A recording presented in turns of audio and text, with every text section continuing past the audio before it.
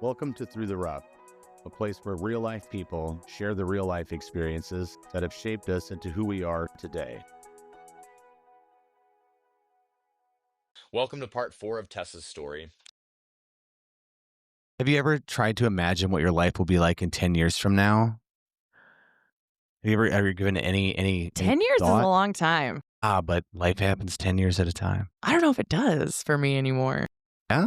For me, I feel like it happens 10 minutes at a time now Tell me about it. because it's just so fast. Like everything is so fast nowadays. It's part of why I moved back to a small town after over a decade in a big city. I grew up in a small town, and I think that going through this, it makes me appreciate the slower parts of life because I think about it like if I would have just slowed down before, would I have even been in that situation? Maybe. But I feel like before, sometimes I was on autopilot and I was just going through the motions daily and just hitting the grind. Elaborate on that. You say autopilot going through the grind versus what? Give me some details give me some insight on this. Yeah. I think a lot of people go through autopilot and they have no fucking idea what it is and they don't even realize that they're doing it. Yeah. Oh yeah, absolutely. Like when you're driving someplace and like you completely disassociate and you're like, who is driving us here? How did Yeah. we get here? I kind of look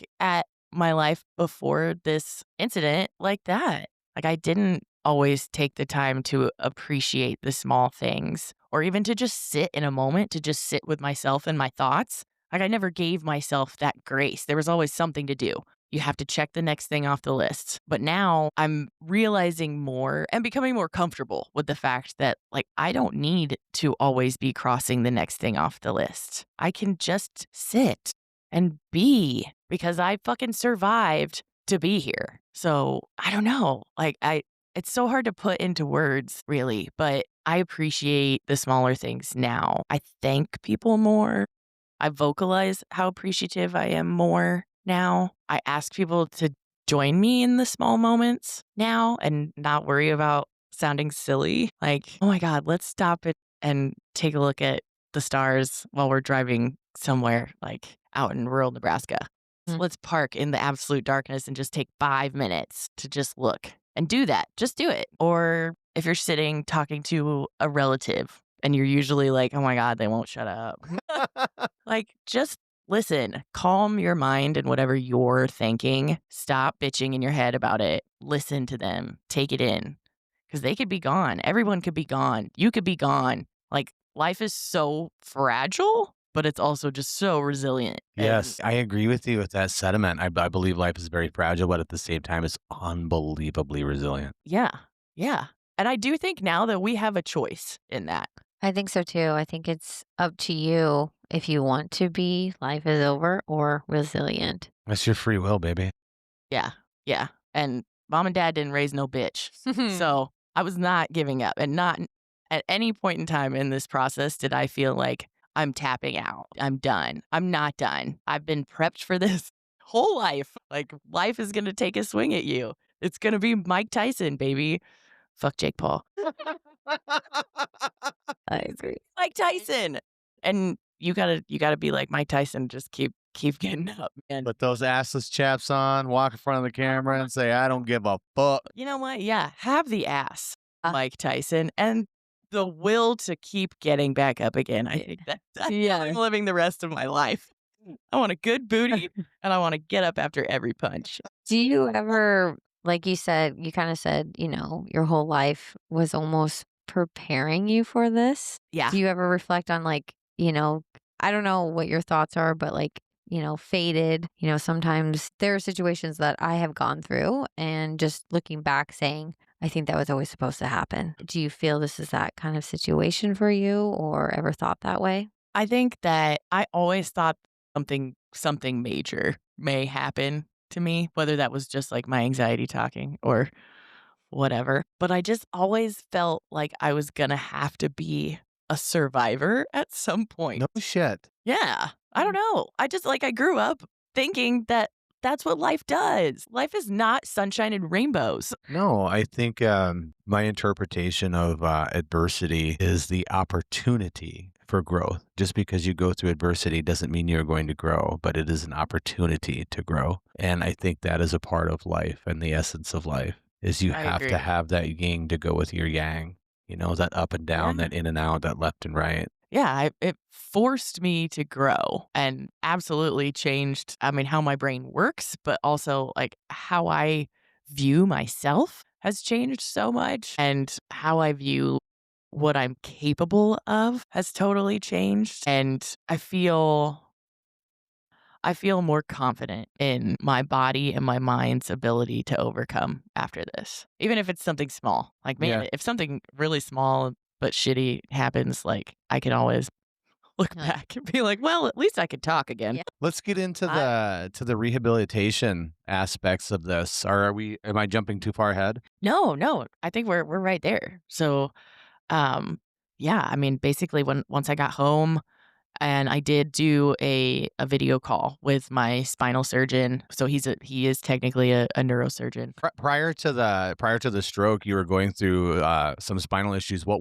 What's the name of that? Yeah, so I just had 2 herniated discs, but I have degenerative disc disease. It runs in the family. So basically, like the discs in between my vertebrae and my lower back were just kind of like disintegrating. So by the time you're 65, you will be about 6 inches shorter than you are today. Not unless they fuse my entire spine, which they might have to do by that. And you'll walk around like fucking Batman, Michael Yeah. Keaton's Batman, no neck. Pretty amazing what they can do now. So hopefully they hook me up down the road. You should listen to Joe Rogan was talking about some spinal stuff. There's doctors out there that do things, they no longer fuse them anymore, but there are new techniques that allow more mobility and even less pain than the fusion Really? itself. Yeah, I can't speak for exactly what it's called, but it is worth looking into. That's good. Because I mean, obviously this is going to be an ongoing thing for you. Absolutely. You should check it out. Yeah, I totally will. Because I mean, the fusion, I've since gotten it, and it was a lifesaver.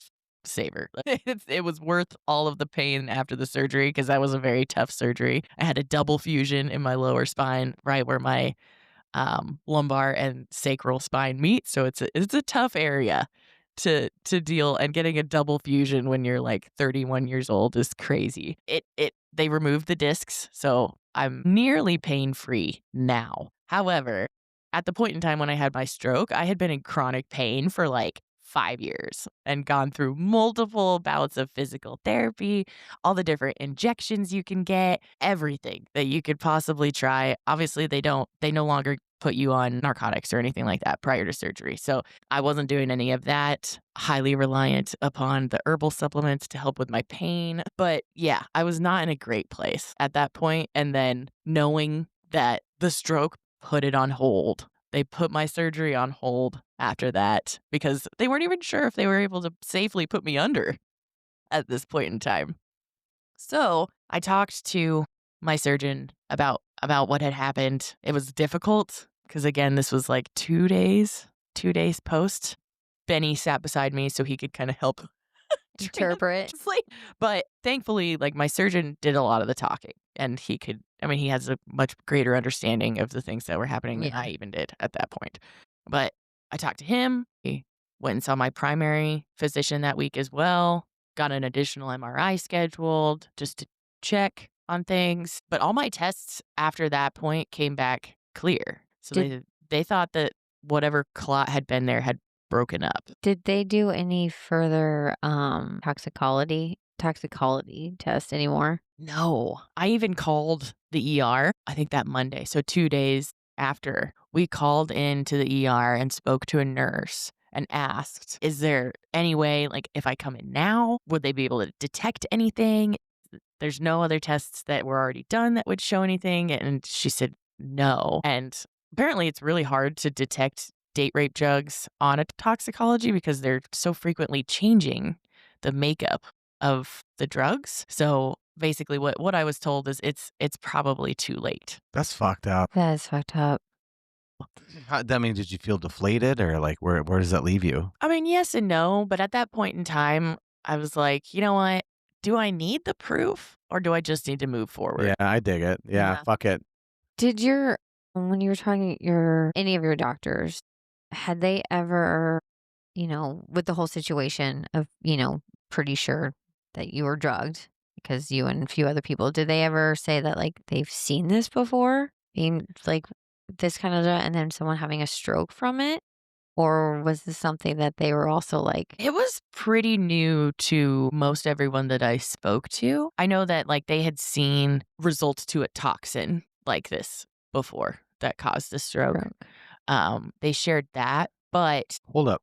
Say that again? they had shared that like if someone had ingested a toxin, they had seen it cause a stroke in the past. Have they given you any example of what kind of toxins? No, not that I can remember. I don't think they got into specifics, but they said it can happen. My specific situation, if it was like a date rape drug or something, I don't think they had seen that before. And I actually went looking for like examples to see if I was alone. And one of the other women who had gotten very ill was watching this show on Netflix, and I can't for the life of me remember what it's called right now. It was really popular at the time. And there's a character that goes through this in the show. What? Yes, exactly what I was going through. She got drugged and she had to relearn how to walk and talk again.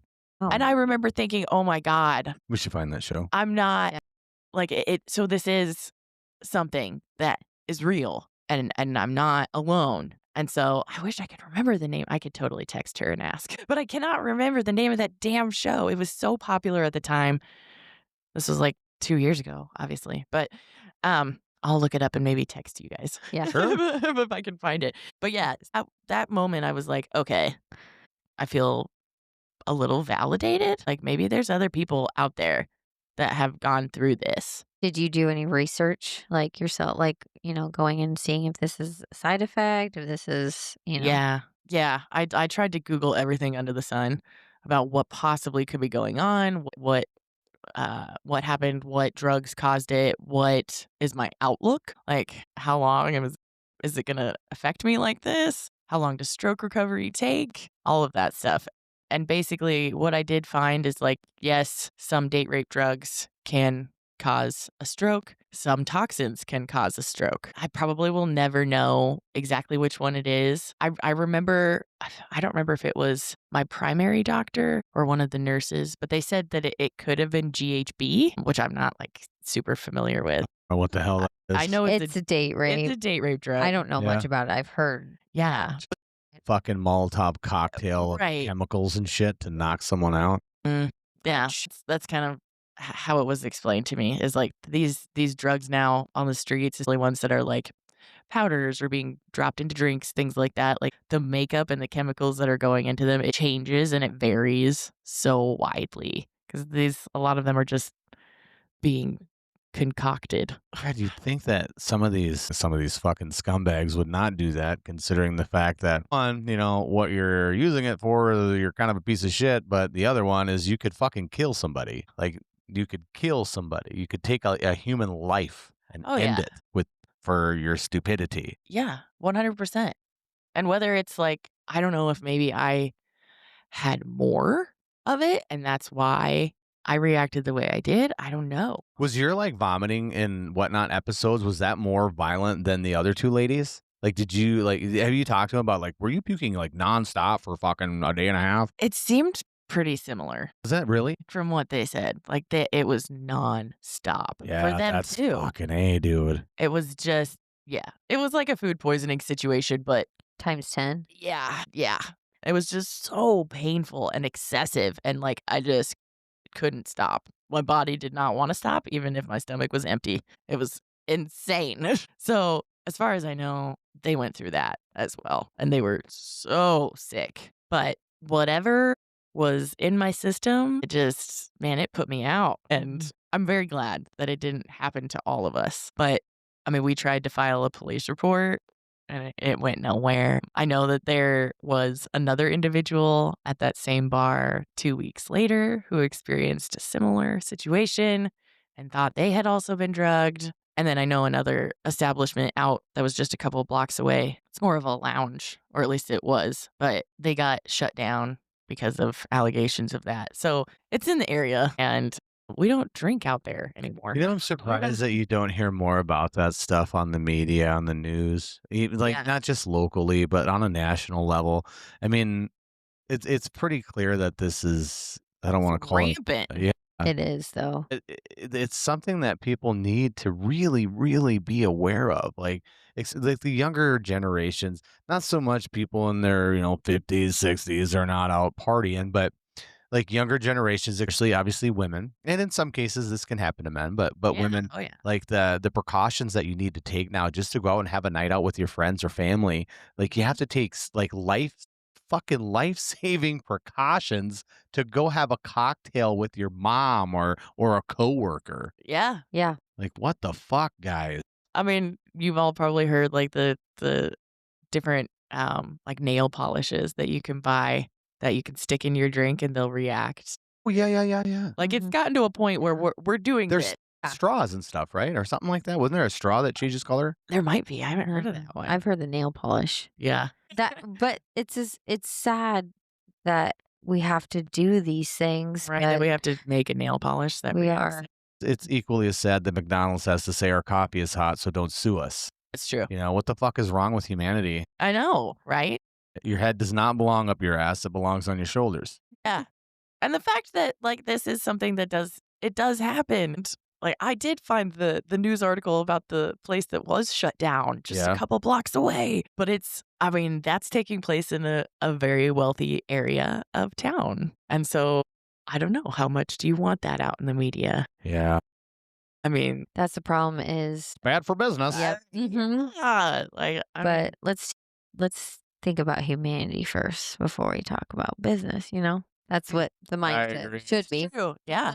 Yeah. Are people going to be scared? yeah. Like, there's a lot of people who have families in that area, people who think that's the safe place to live. And in that's town. a whole fucking side topic for our local politicians and our local law enforcement. Yeah.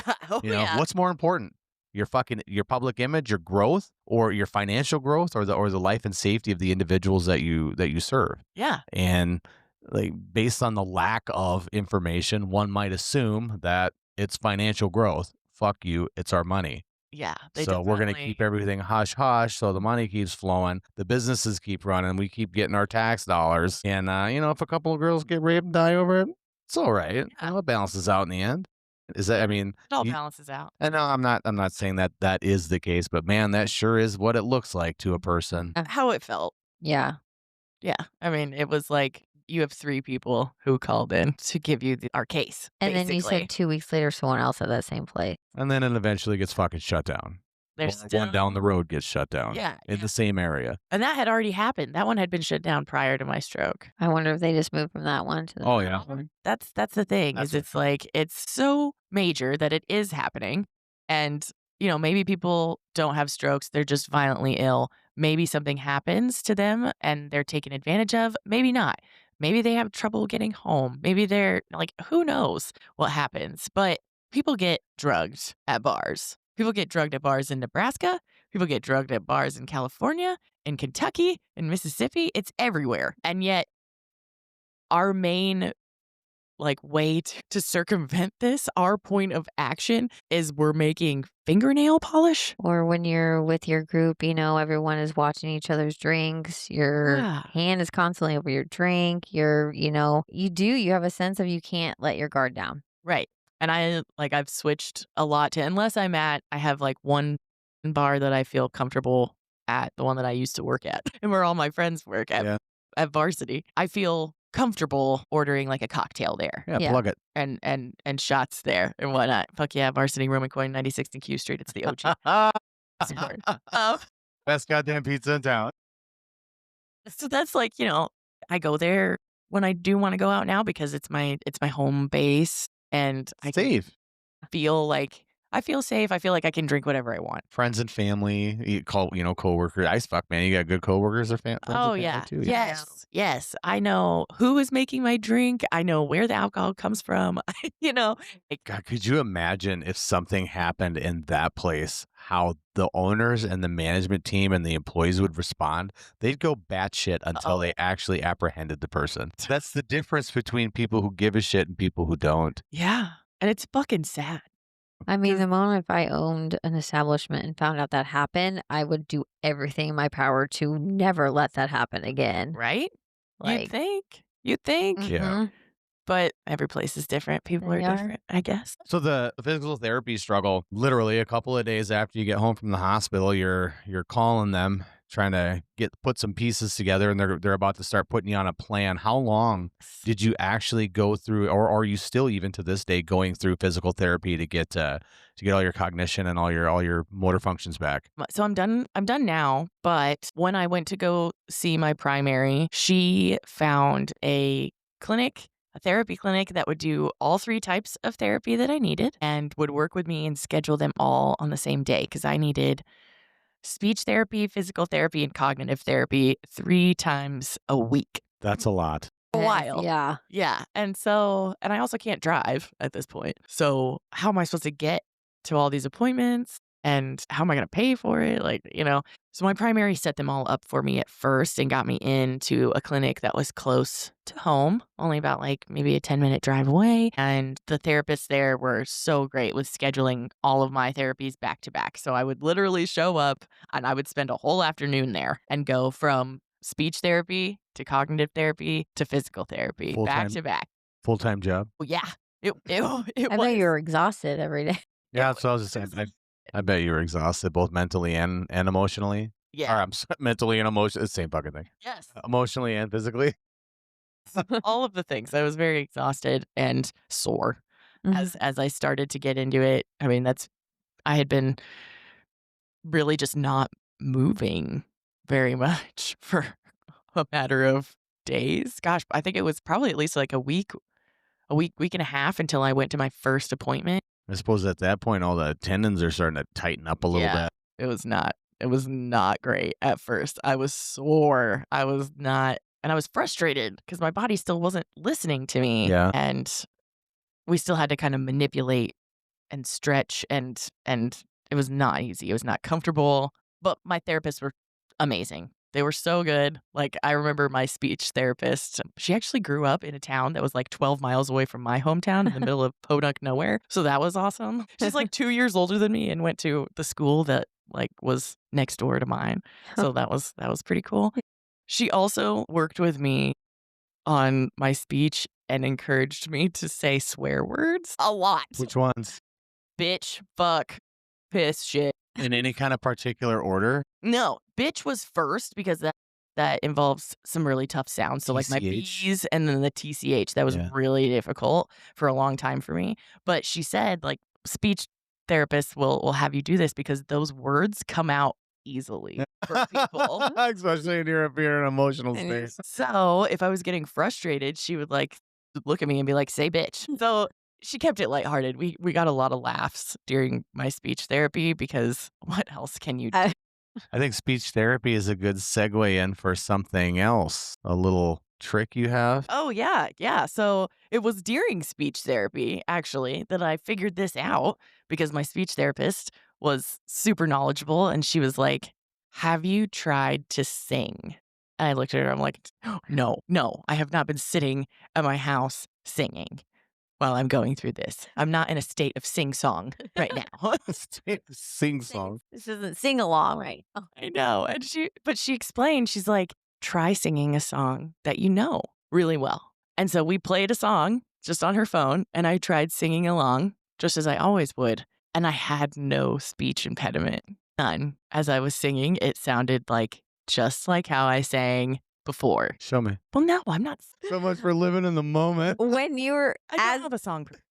yeah, you're just putting her on the spot there, Sam. When you were doing that, what were you thinking? Were you like, holy shit? Yeah, it felt so good because I was hearing myself. I'd be all Buddy the Elf in that motherfucker, and I'd sing everything. Oh, yeah. Yeah. So eventually I moved from singing to rapping to further my speech. Okay, let's hear this. Okay, hold on. I have a prof song that I did. They call me the bar breaker. You should kick me out the club. I'm a big bad wolf. I'm a Jameson thug. Right on.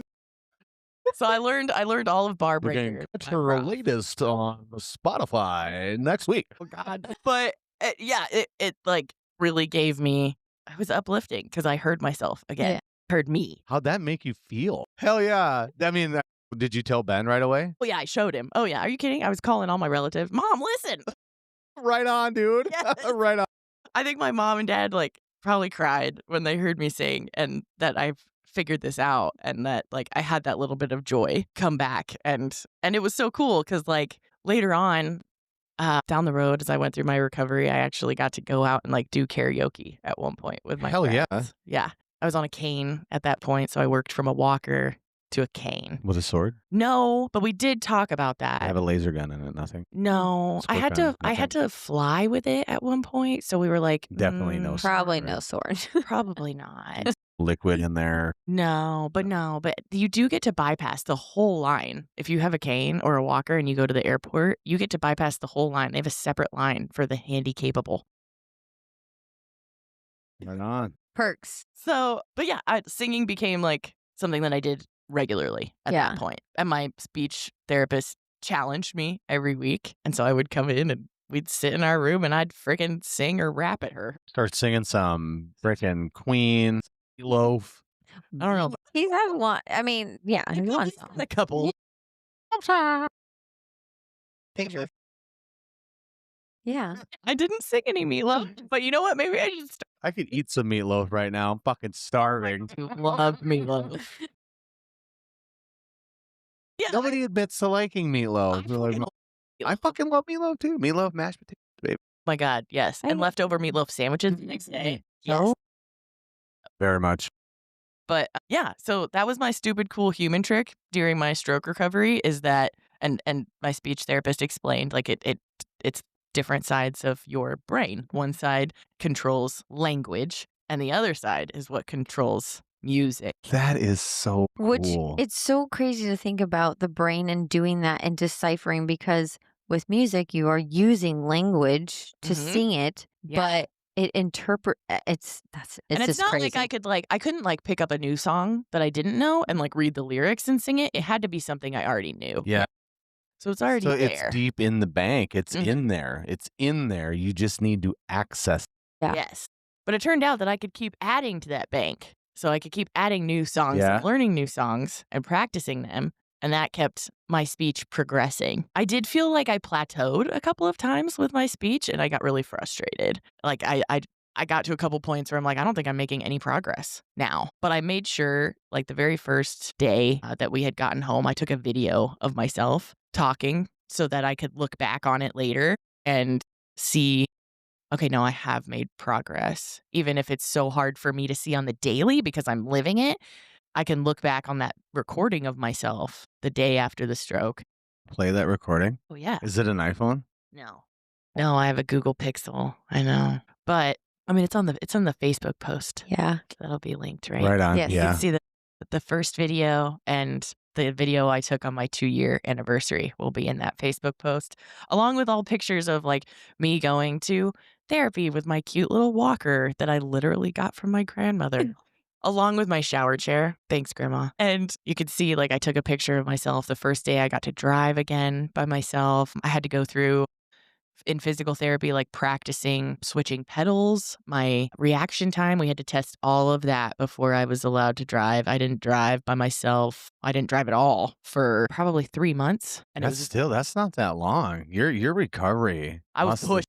She was determined. That's dedication. How it was that was experience the first time you drove again? Because obviously Scary. driving is a great, you've got to that to start accomplishing that, but you're also driving when you had the stroke.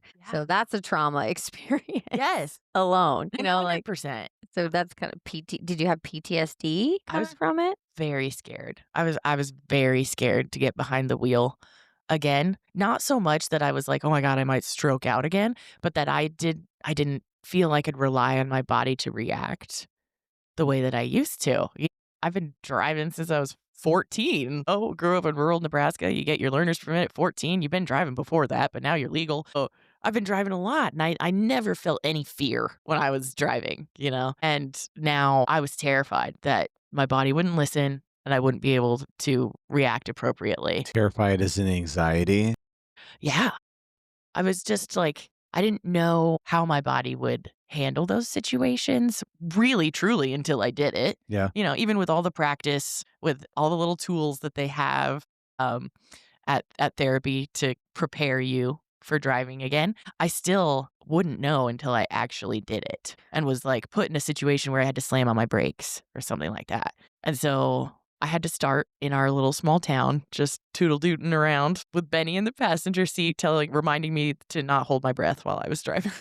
How emotionally, like how mentally, not physically, but how emotionally or mentally difficult was it for you to take that step to get in there and do that on your own? It was a big one, but I was so determined. I was bound and determined to get behind a wheel and get back to my normal life and go back to work and be able to go places and do things and see people. And I remember feeling the exact same way as I did when I was, my God, I was probably like 7 or 8 years old, and I was in gymnastics, and I was doing a double bar routine, and I didn't have enough chalk on my hands, and so I leapt from one bar to the lower bar, and I swung up and fell straight down from the high bar onto my back on the mat, and it knocked the wind out of me, and I'm a little girl, and I was very scared. And my coach had me get up, catch my breath, and they made me do it again. Hell yeah. And I did it. So that's what it felt like. I was like, I have to get up and do this again. I have to face it. I'm not going to walk away and never drive again. So I just had to face my fears and just do it. That is a very good message. Just get up and do it again.